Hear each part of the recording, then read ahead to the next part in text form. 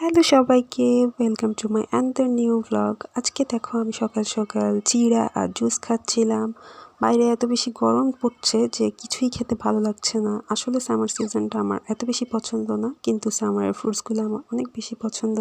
তাই চিড়া দিয়ে এসব ফ্রুটস খেতে আমার খুব ভালো লাগে। এরপর রেডি হয়ে আমি চলে গিয়েছি আমাদের ক্যাম্পাসে। অনেক দিন ক্যাম্পাসে যাওয়া হয়নি, আজকে একটা কাজ ছিল তাই ক্যাম্পাসে চলে গিয়েছি। আমার ছোটো বোনকে সাথে নিয়ে গিয়েছিলাম। আর ক্যাম্পাসে সেদিন আমি এই গাছটা ফ্রিতে পেয়েছি একটা ভাইয়া থেকে। এরপর একটু স্ন্যাপ নিচ্ছিলাম। আসলে ওয়েদারটা এত বেশি গরম ছিল সেদিন।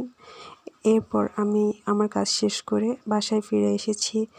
আর বাসায় এসেই আমি দেখলাম যে আপু আমাদের জন্য অন্থন পাঠিয়েছে, এগুলোই খাচ্ছিলাম আর অনেক ভালো হয়েছিল।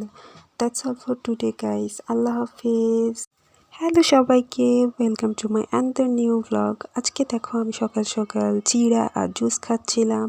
বাইরে এত বেশি গরম পড়ছে যে কিছুই খেতে ভালো লাগছে না। আসলে সামার সিজনটা আমার এত বেশি পছন্দ না, কিন্তু সামারের ফ্রুটসগুলো আমার অনেক বেশি পছন্দ। তাই চিড়া দিয়ে এসব ফ্রুটস খেতে আমার খুব ভালো লাগে। এরপর রেডি হয়ে আমি চলে গিয়েছি আমাদের ক্যাম্পাসে। অনেক দিন ক্যাম্পাসে যাওয়া হয়নি, আজকে একটা কাজ ছিল তাই ক্যাম্পাসে চলে গিয়েছি। আমার ছোটো বোনকে সাথে নিয়ে গিয়েছিলাম। আর ক্যাম্পাসে সেদিন আমি এই গাছটা ফ্রিতে পেয়েছি একটা ভাইয়া থেকে। এরপর একটু স্ন্যাপ নিচ্ছিলাম। আসলে ওয়েদারটা এত বেশি গরম ছিল সেদিন।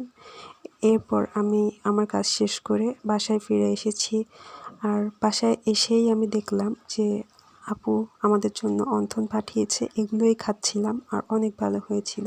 That's all for today guys, আল্লাহ হাফিজ।